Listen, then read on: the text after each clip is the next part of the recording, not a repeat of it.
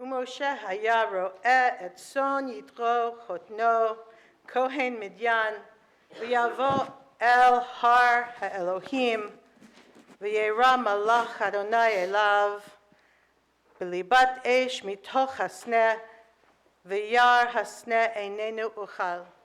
Moshe was a shepherd for his father-in-law Yitro, the priest of Midian, and one day he led the flocks into the wilderness to graze, almost to the mountain of Horeb, to the mountain of Elohim.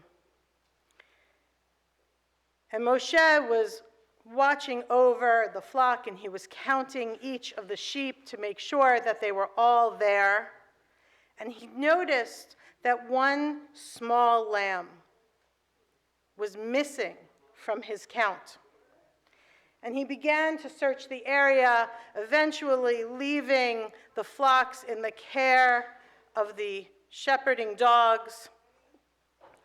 And he went further and further all the way to the mountain, and he found the lamb drinking water from a pool. And he approached this lamb slowly, carefully, gently, and he said, "You must be so exhausted. I had no idea you were thirsty." And he picked up this small lamb, putting it on his shoulders in order to carry this back. And in this moment, when the Kadosh Baruch Hu, the Holy One, blessed be He, saw how Moshe cared for even the smallest creature in his care, God said to God's self, "You tend these sheep with such overwhelming love. You are going to care for my people."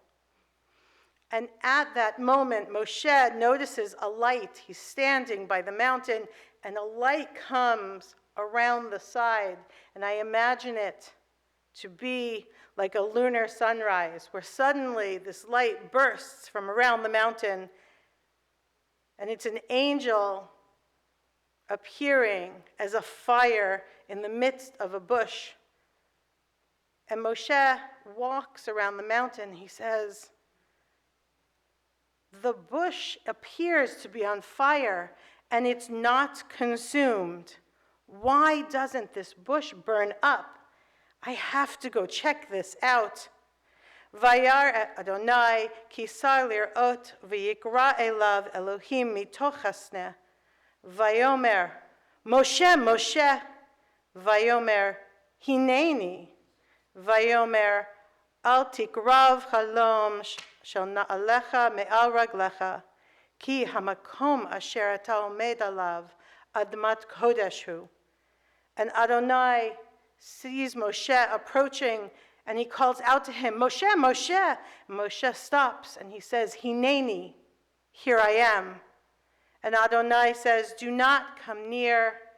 Take the shoes from your feet, for this land on which you stand is holy. I am the God of your ancestors, the God of Abraham, the God of Yitzchak, the God of Yaakov. I have surely seen the affliction and the pain of my people in Egypt. I hear their cries. It is time to deliver them from slavery out of the hands of the Egyptians, and I will bring them to a good land, a land flowing with milk and honey. And I have seen how you care for those under your protection. And you will be the one I send to Pharaoh. You shall free my people, the Israelites, your people, from Egypt." And Moshe, like anyone, was immediately a little nervous, and he says, "What if they don't believe me? What if they don't listen to me? I'm not one who speaks. I'm not a man of words. I am slow of speech, slow of tongue. Please, please, God, make someone else your agent." And Adonai responds, "You're not alone. Aaron, your brother, is already setting out to meet you. He will be happy to see you. You have been gone a long time. You will speak to him and share with him all that I tell you, and you will both do what I say." And Adonai spoke to Aaron, and he says, "Go and meet Moshe, your brother, in the wilderness." And Aaron went to meet him at the mountain of God, and he embraced him, and he kissed him. And Moshe told Aaron about all of the things that God had said to him, and all of the signs and wonders he had already seen. Vayelech Moshe ve'Aharon, vayasfu et kol ziknei b'nei Yisrael. And together they traveled to Egypt, and they assembled all of the elders of the Israelites, and Aaron repeated the words that God told Moshe. And he performed the miracles, the signs with the staff, before all those who were assembled.